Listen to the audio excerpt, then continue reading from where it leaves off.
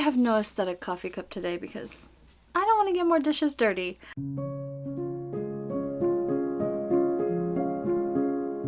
So I thought it was time to do a new Q&A because I think the last time I did it I was at 20,000.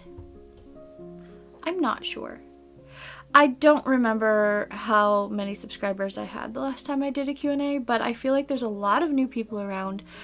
And if I'm being honest, I really want to get back onto a 3 to 4 videos a month posting schedule. And I have to create some content for myself that is easy to film and easy to edit. So, but also I just like sitting down and chatting. I haven't done that in a while. So here we are. I'm almost 40,000 subscribers and that feels really surreal because I never really thought my channel would grow past like 10,000 subscribers. And now here we are at 40,000, which is almost 50,000, which is halfway to 100,000. Like that's a little bit mind-boggling. But let's get into it. I am going to answer the questions I got on YouTube first, because I think there are fewer on YouTube.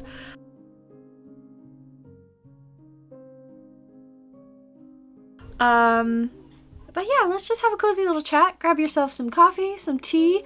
Try an eggnog dirty chai. It's the best. It is my favorite fall drink. And let's get into this Q&A.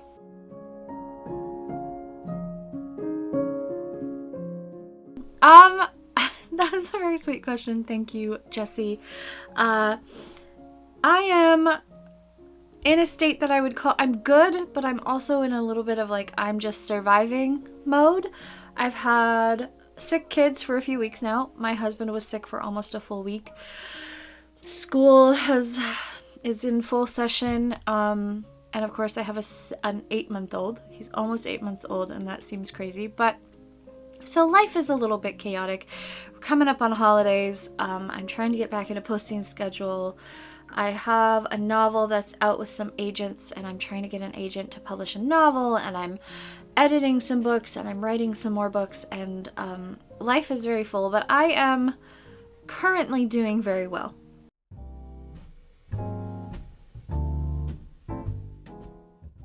I do have a garden and I have been trying to make it thrive for about 3 or 4 years now, but I keep having a baby.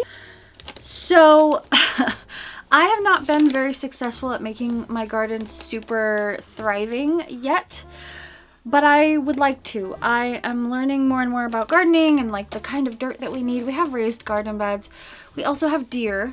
So this year will be the first year that we have a fence around our garden.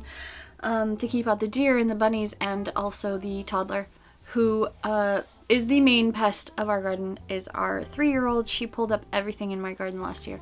I think I would have had a really great garden, but she discovered that you can pull up carrots, and then that led to her pulling up every plant that got a certain height, and so I didn't have anything to harvest last year.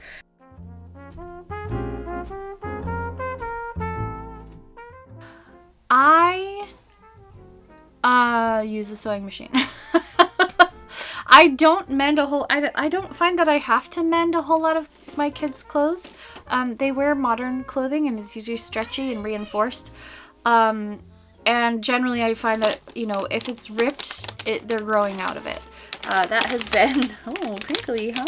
You like those? So I don't find that I have to mend my kids' clothes very much. For myself, I have a giant bin of mending that I need to do. It's all vintage and I just need to fix it. But I generally just, I will, I mend things when I want to make an outfit out of them. So I have a big bin of mending. I've thought about making a video on like mending vintage, but I just haven't yet. That's one of my back burner ideas, is to create like how to mend vintage, or just mend a pile of vintage with me, because I have at least 30 garments, maybe 25 in this bin that I need to fix.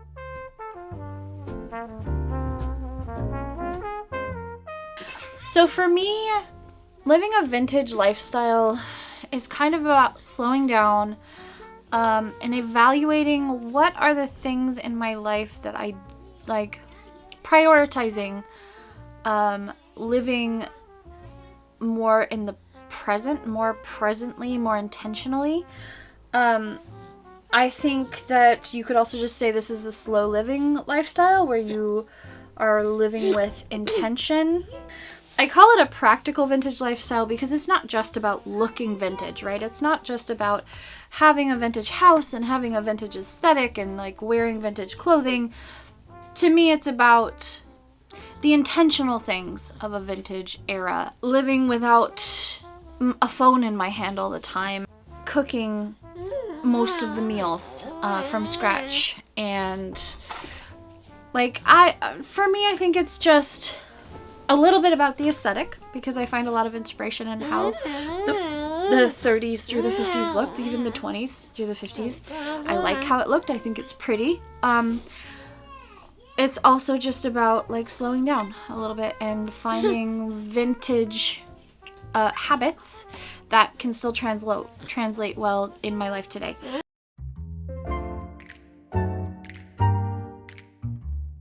So yes, I have 5 kids, which some people would consider a big family. My husband is one of 8 and I am one of 4, and I have an uncle with 9 kids. So to me, a big family is like 7+ kids, but a lot of people think that we have a big family because we have 5, which sometimes it does feel like it's very, like, that's a lot. But my makeup is something that has just kind of evolved over the years to suit my face. I do take inspiration from old beauty books from the 40s and the 50s, but I have just kind of learned what I like in terms of how I'm applying my makeup. Some of my makeup, like, I'll do the white freckles. I think they're called like deer freckles or something. That's a TikTok thing. And generally I've had the same general makeup look for a really long time, but it kind of goes through little phases of a different color of blush or different blush placement. Right now I really like a blushy nose. I like white freckles.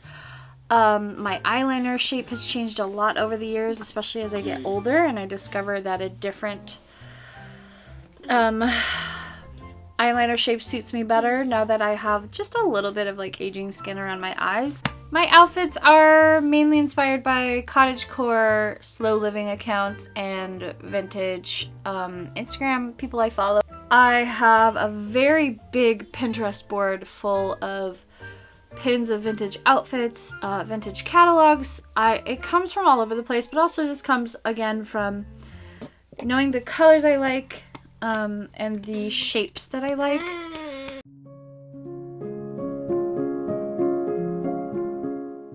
So my husband and I try to go out on dates at least once a month or once every few months.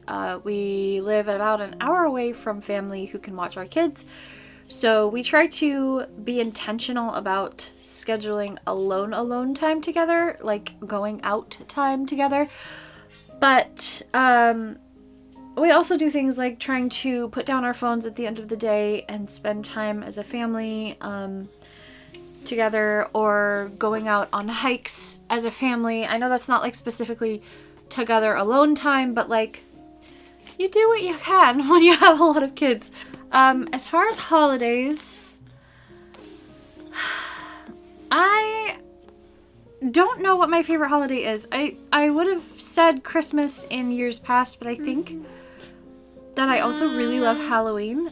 I was not allowed to celebrate Halloween growing up because my family thought that it was evil. I have just found that it's a really fun way to get dressed up with my kids and go out and have fun and like have family time. And really, you have opinions about Halloween, huh? As far as traditions go, we like to stay home on Christmas morning. That's kind of our family Christmas tradition. We don't go to families' houses on Christmas. We will go on Christmas Eve. And I don't know that we have any like solid... I've been trying to do traditions, but with ADHD, I always forget what I have done in the past years, and then I just don't really establish things that we always do. But we do have little things, like I have a set of Christmas glasses that we always bring out. We always try to like cook a ham or a turkey on Christmas Day, and we just stay home and we enjoy each other. It's been snowy the last few years, so that's always really fun. But yeah, I don't know how exciting that answer was, but that is what it is.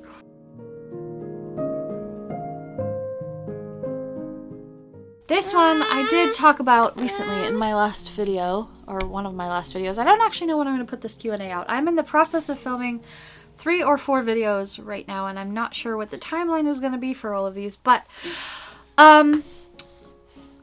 I touched on this a little bit because I touched on the fact that I want to be authentic and real, but also create beautiful things. And I think the biggest thing is just remembering that I don't have to be for everyone. Like, my cleaning videos are not for people who prefer minimalistic, people who are always cleaning, people who like to clean. Honestly, my cleaning videos are for people who struggle with it like I do. And there have definitely been times when I have shared my reality. I have shared about my ADHD or depression or anxiety or you know, my messy house, or the things that are kind of really scary to open up about on the internet because people will judge you, right? There have been times after I did that where I was like, I don't think I ever want to do that again. I don't want to show my crumbs on my floor again. I don't want to talk about ADHD again, because whenever I introduce something like that onto my channel, like I started opening up more about myself, about having ADHD, about struggling to keep a clean house and things like that, there's a little bit of pushback. People are like, well, I didn't come to this channel to watch stuff about ADHD. I came for the pretty vintage stuff. I got comments about how, like, I'm always talking about ADHD now, and that can be frustrating, right? And I definitely I will put something out there, and then oftentimes I will just not look at the comments if they start getting negative, or I will pull back and not post about that thing for a little while just to give myself space to breathe. But at the end of the day, I try to remember that I am not for everyone. I do not have to be for everyone. I do not have to be liked by everyone. That's my biggest tip on being my authentic self, is kind of, one, I don't look at the comments if I think or know or can see that comments are becoming unhealthy for me to consume. 2, I think about what is it that I needed. Back when I was a young mother, I needed a channel like mine, but it didn't exist. So I'm making that. And 3, just remembering that I don't have to be for everyone, and that's okay. I don't have to appeal to the masses. I will make what I like. I will be who I am, and the people who like that will come to me.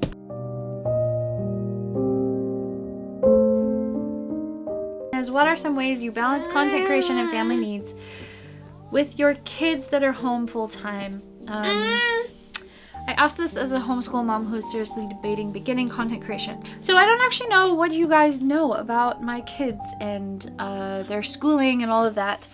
But my oldest 3 go to school. They are all school age, and we started this last year, and it was the best decision I ever made for my mental health, for their thriving, for us as a family. Like, it was the best decision to stop trying to homeschool for everyone. My kids are now thriving. They are now learning the way that they should be. My daughter, we have discovered, is autistic.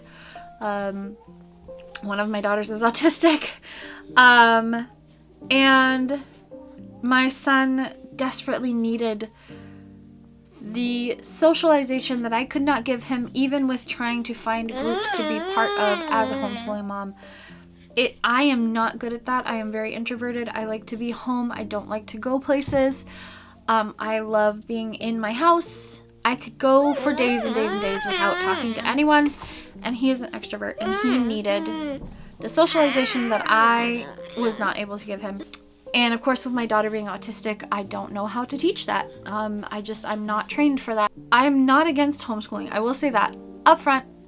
I think that if you can do it and you thrive homeschooling, that is wonderful. If your kids are learning and growing and thriving, and that's like the best decision for them and for you, I love that. I was homeschooled. I loved being homeschooled. I thrived being homeschooled. But my kids didn't, like, I can't provide the needs for them that my mom was able to provide for us. So that was a big thing with balancing kids at home and content creation because 3 of my kids are gone for 6 hours a day, and it's either that I create content while they're gone, or I create content while my husband is home. And then he is like the default parent. So I think, honestly, my biggest advice to you is that if you want to content create and you have kids full-time at home, you either have to be okay with, hey, the kids are gonna watch an hour of TV so that I can, you know, get something done, or I'm going to be interrupted all the time, and that's okay. I mean, in this video, my kids have been in and out a couple of times now, and that's fine. Or, and this is a big one, and this is something that my husband and I had to learn. I especially had to learn what I needed to communicate with him, and he had to learn how to be a more equal parent in this way, because it's not to say that he was never a good parent, because he's always been a good parent, but more equal in the what we're doing parenting wise. He had to learn to take over more effectively, and I had to learn to communicate to him that I needed that.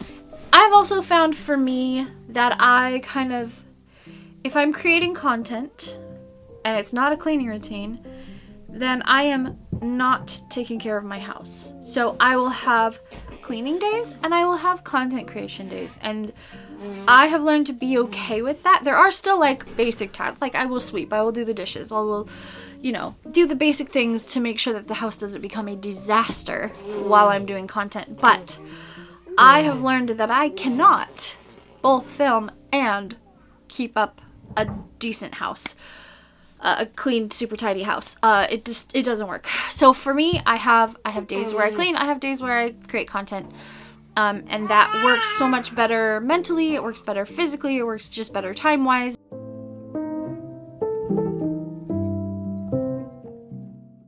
Honestly, if you're talking about men being creepy, I block people a lot. I block anything that has to do with calling me certain inappropriate terms, people who objectify my body, unless it's like a friend that I know or whatever, you know. If I know them, that's different. But I use the block button very liberally. I have also filtered my comments both on YouTube and Instagram to exclude certain words that I know tend to be used by creepy accounts, which can discourage them from commenting. You can absolutely filter your comments. And I have also found that a lot of the like accounts of men commenting, I call it out. I have called out men in my Instagram stories for being creepy on my posts, for commenting on my body in ways that are very unwelcome. I put it up in my Instagram stories. It is a public comment on my public account, and if they're gonna talk about me like that, they can be put on blast.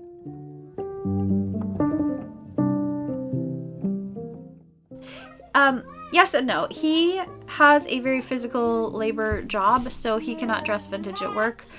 And he has his own style. It's not like he's not super 50s or anything, but he does have some vintage clothes that he likes. He has some vintage suits and things, but he kind of likes more of 80s fashion or fantasy fashion. So like, he's not super 1950s vintage, but he's not opposed to that. He has worn some 50s things and liked it, but yeah.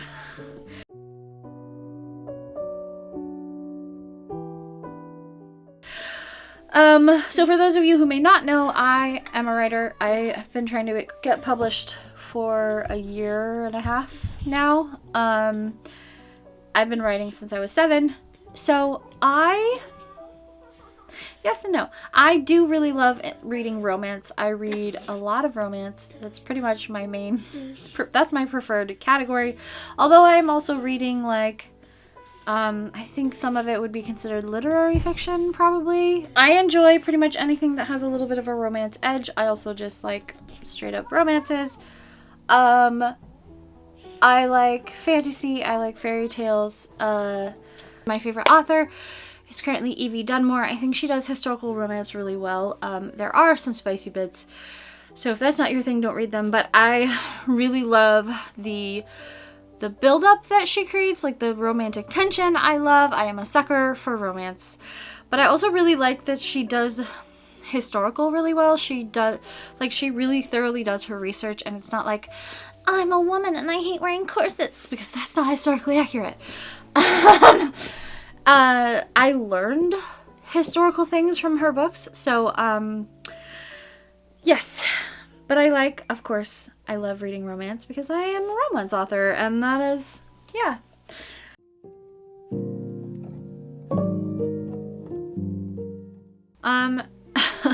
This is a great question.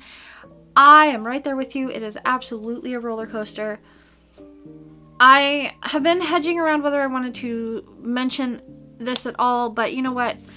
It is what it is. I have autistic traits as well as having ADHD, and that is not something that is diagnosed yet, but I would not be surprised because I have a daughter who is autistic. So it's very possible, and I have learned that ADHD can often, if you are both autistic and have ADHD, the ADHD can often mask the symptoms of autism, and you don't find out till later in life because as a child you seemed quote unquote normal, except for like, you know, a few things that your parents just thought was your quirky personality traits. So that's a road I will be on at some point, I'm sure. Right now I am just resting in what I do know, because I'm kind of tired of finding out new things. So my hopes for the future are to, well, figure out if I also am autistic or if it's just ADHD and other things, to decide whether I want to be medicated or not. I don't really like taking medication. I'm not, and it's not because I'm against medication or science or anything like that. I just personally don't love it. It's never been my thing. I want to make it very clear, like I am all for medication and what it can do for you, and I think that it is great. But I don't know if that's the path for me.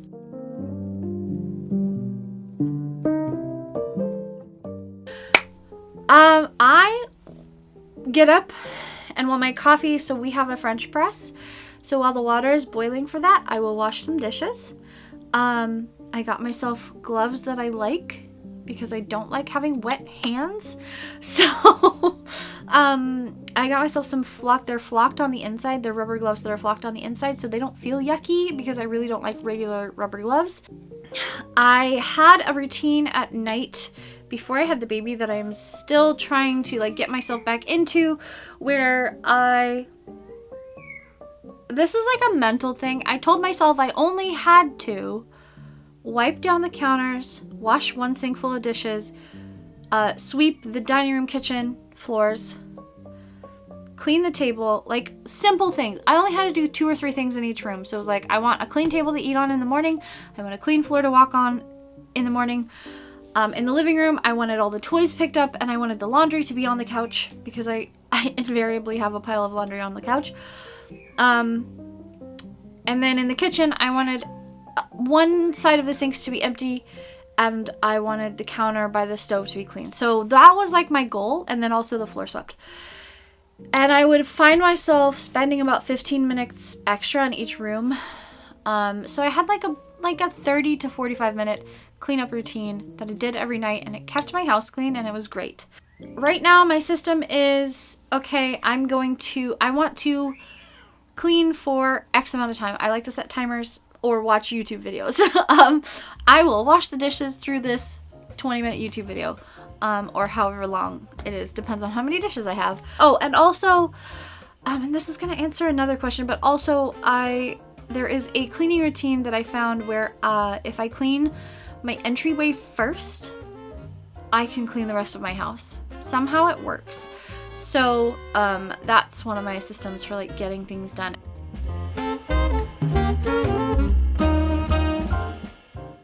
I have always loved old things. I have always loved vintage dresses. I remember wanting to dress like vintage, but to me it was like the flowy 70s vintage when I was pretty young, like 10 or 11 or 12.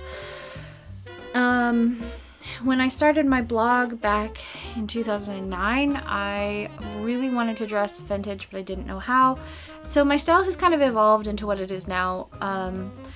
Vintage lifestyle I've always really liked practical simplicity. I've always really liked living on a farm. I've always wanted a garden. I've always wanted chickens, things like that. So I would say yes, but never like, oh, I know I want XYZ kind of house and I want to live XYZ kind of way. It was just kind of like a given. Like that's just how I was gonna live. And it's just been a very slow settling into what I like and what I can do and what I am capable of as the years pass.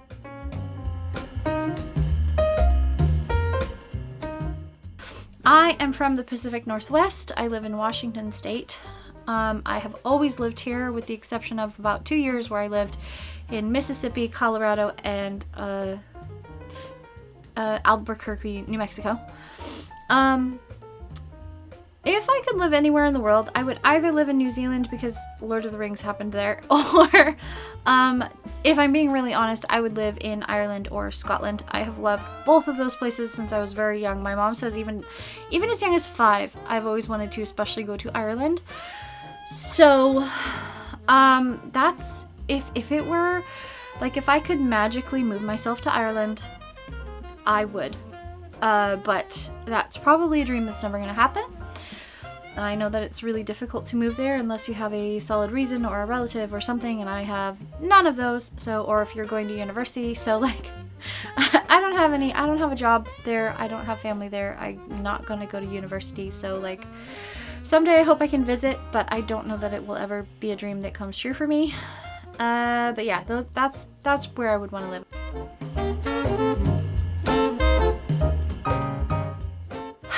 I think that my favorite place that I've ever found vintage goodies was not really a place. It was when Lacey Faye went to a hoarder house and sent me a bunch of vintage clothing. That is my favorite, not only because I got things from a friend that I love, but also it was just incredible to get like 20 items of clothing that were my size from like the 50s, and just her style was impeccable too. So I think that's kind of my favorite vintage acquiring experience. My favorite, ooh, that's hard. Ooh, I think I have 3 favorites. You're like making me pick a favorite child. I really love my vintage strawberry dress, my day dress, which I'll put a photo of here because strawberries, and also it's just really comfortable. And I love every piece in my closet. I love my lady head print dress, which is also from Lacey. It's from the 40s. And I have a day dress that I haven't worn that much. It's a house dress. It's a zip front, like just it's not like meant to be worn out, but I mean now we would, but it's also got like vintage dancing ladies on it. So I think those are my top favorite pieces, but I don't know, it's really hard. I have a really hard time picking what my favorite piece of vintage is because I think they're all so special.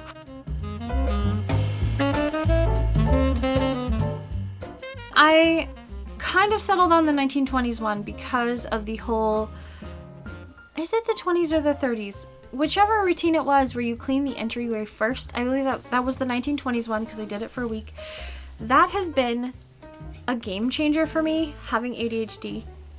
Cleaning my entryway, because it's a small room, it's a little hit of like dopamine. I got something done, I can do this. And then you move on to the living room, which again doesn't have a lot of moving parts. It's easier to clean. It just tackles the house in an order that makes it so much more doable for my brain.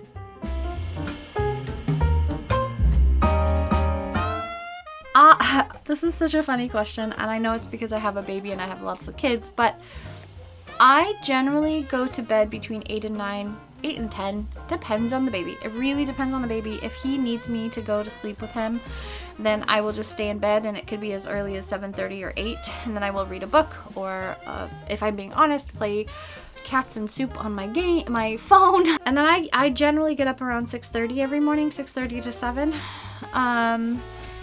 And the baby sort of starts to wake up around 6. So like I would say I mean I sleep probably for 8 hours a day. But it's between 6 and 8, I don't know, it's decent. So that is all the questions that I got on YouTube. And now I'm going to move to Instagram, where I got the majority of questions.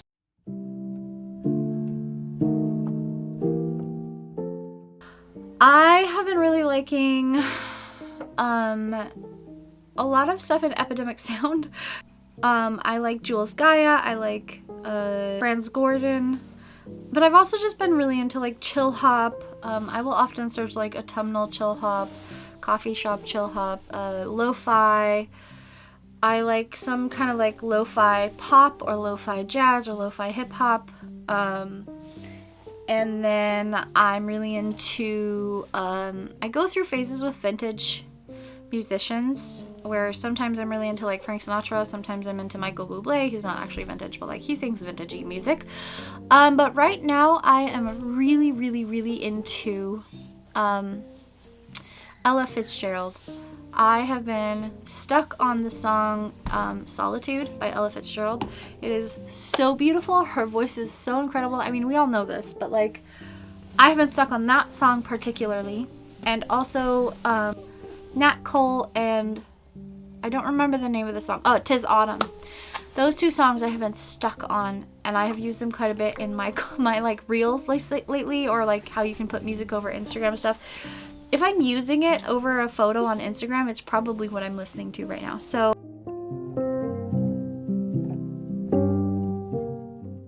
my suggestion would be to challenge yourself for a week.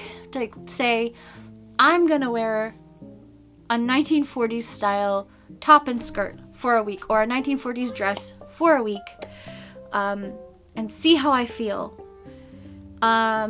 Don't worry about the hair, don't worry about the makeup, don't worry about any of that. Just be like, I want to wear this one thing all week, and just go from there. Just slowly add in the makeup that you like, add in the jewelry that you want to wear, add in the hair that you want to do. Like, take it one step at a time. Find, like, if wearing hats is intimidating to you, find a more modern, acceptable hat, like a beret, and wear that first. Or like the headband style hats where it just kind of looks like a headband. It's a little bit less conspicuous. Wear that.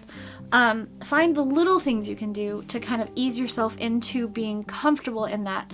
Find the colors that feel the most comfortable to you, and the cuts, because I found that a big part of having the confidence to wear what you want to wear is knowing what feels comfortable on you and visually for you.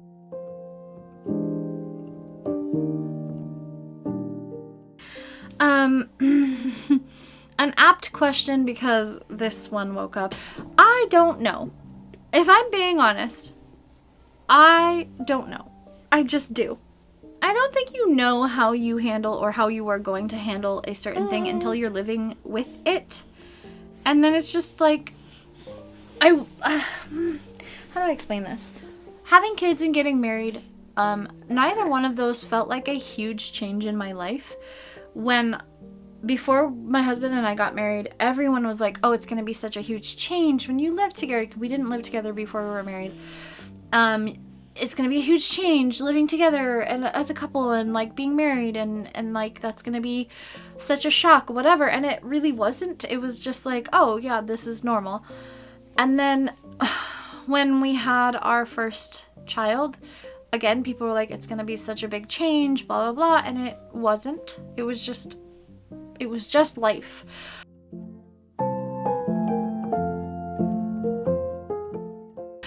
I know how to knit, and I technically know how to crochet, but I do not actively do either of those things. I do embroidery. I like embroidery. I don't really like cross stitch, but yeah, so like I technically know how to do those things. I like to paint. I like to embroider. I am a writer. Those are like the artistic things that I actually did spend time learning how to do because I really love them.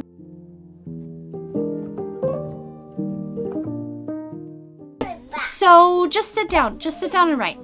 I think the best advice I've ever been given is to sit down and write every day, even if all that is a sentence or a word or an idea or whatever. You're never going to write it if you don't start.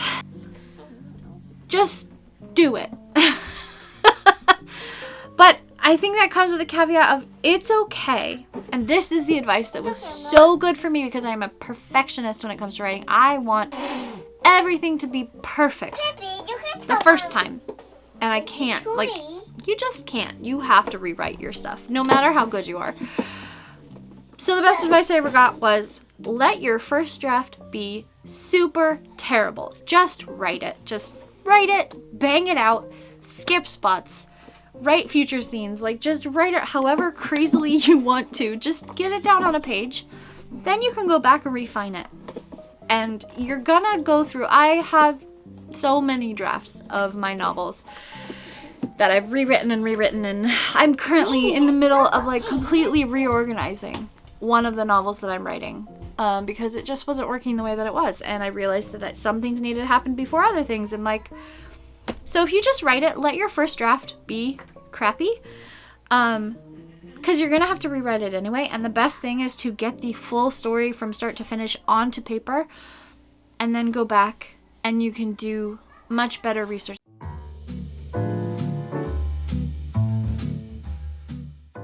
Listen, I don't know. That was the first novel, if you don't know. That was the first novel I ever finished writing. It took me 2 years. It's like a 200,000 plus word novel. It's got so many historical inaccuracies. And I wrote that between the ages of 16 and 20 when I was not a very good writer. So thank you for asking. I mean, I was a fine writer, but I've learned so much and I'm so much better today.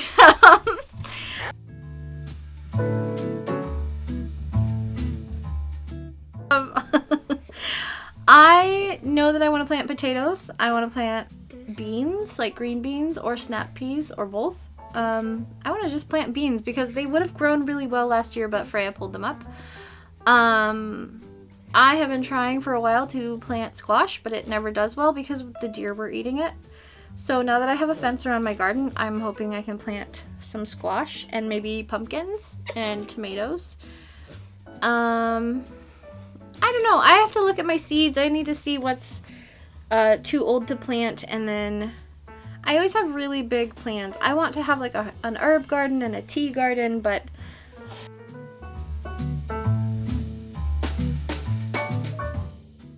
people ask quite a bit what I do with the baby. What are my kids doing while I'm filming? And the answer is pretty simply, either he's on the floor right now with me. The baby has a rolling chair that he sits in and he can roll himself around, but then he can't like get, cause it's got like a border on it. That's not the right word. It's like a little bumper car. He can't reach things, but he can roll around. He can follow the other kids. And you guys don't see all the things that I edit out where my kids are coming in and out, asking questions and talking and being loud and whatever. Like, there's a lot that doesn't go into my videos that I just edit out. While I don't mind having my kids be in the background or interrupt me in a video or sometimes like talk to the camera or look at the camera, I am not here to be a family channel. I am not here to monetize my children. This is why I don't make them do the cleaning routines with me. This is why I don't feature them doing any sort of cleaning. I don't do videos that are centered around my kids. I did one or two back in the day, but my social media is not for my kids. It is not about my kids. It is not centered around children. And while I don't mind if, you know, I post pictures here and there on my Instagram. I don't mind if they're in the background. I'm not going to feature them in any specific way. Often I will also be doing the heaviest cleaning, filming, etc. on the weekends when my husband is home, and then he can step in. I mean, he's an equal parent on the weekends. So, yeah. I hope that answered your question.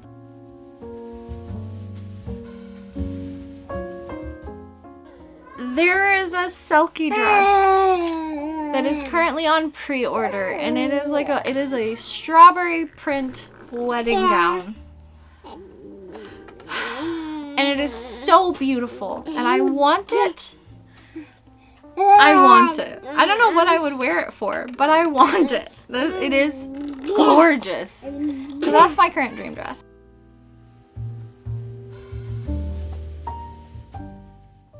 My kids like what they like.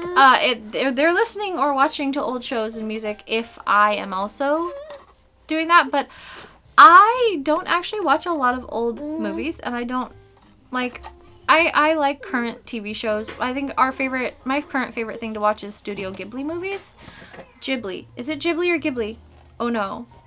I'm so sorry if I said it wrong, but that's my current favorite. I don't listen to a lot of music throughout the day. My kids have their things that they like. They watch the TV shows that they like. We don't watch a whole lot of like old stuff.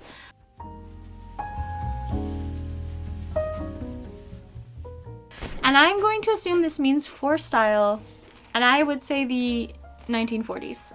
The earlier or mid 1940s is my favorite style decade. But I also really like the 1890s through the 1910s, like the Edwardian era. If I ever have a style change, I would probably dress Edwardian, because I also really love that. That is it. Those were all of the questions. That was a lot. I did not realize that it was going to take me 2 hours to film this, but here we are. I really enjoyed just sitting down and chatting, and oh baby. If you made it through this whole video, comment the strawberry emoji down below. Thank you all for sitting and chatting with me and sending in your questions. I am so happy that you are here and that you have been enjoying the content I've been creating. I've been loving making what I'm making lately. That is it for this video. I hope that wherever you are feeling safe and loved. And until I see you again, have a beautiful day. And thank you, as always, for watching. Bye! I love you. I love you. You're my sweet little baby blue. I love my sweet little baby you. I love you. I love you. My outfits are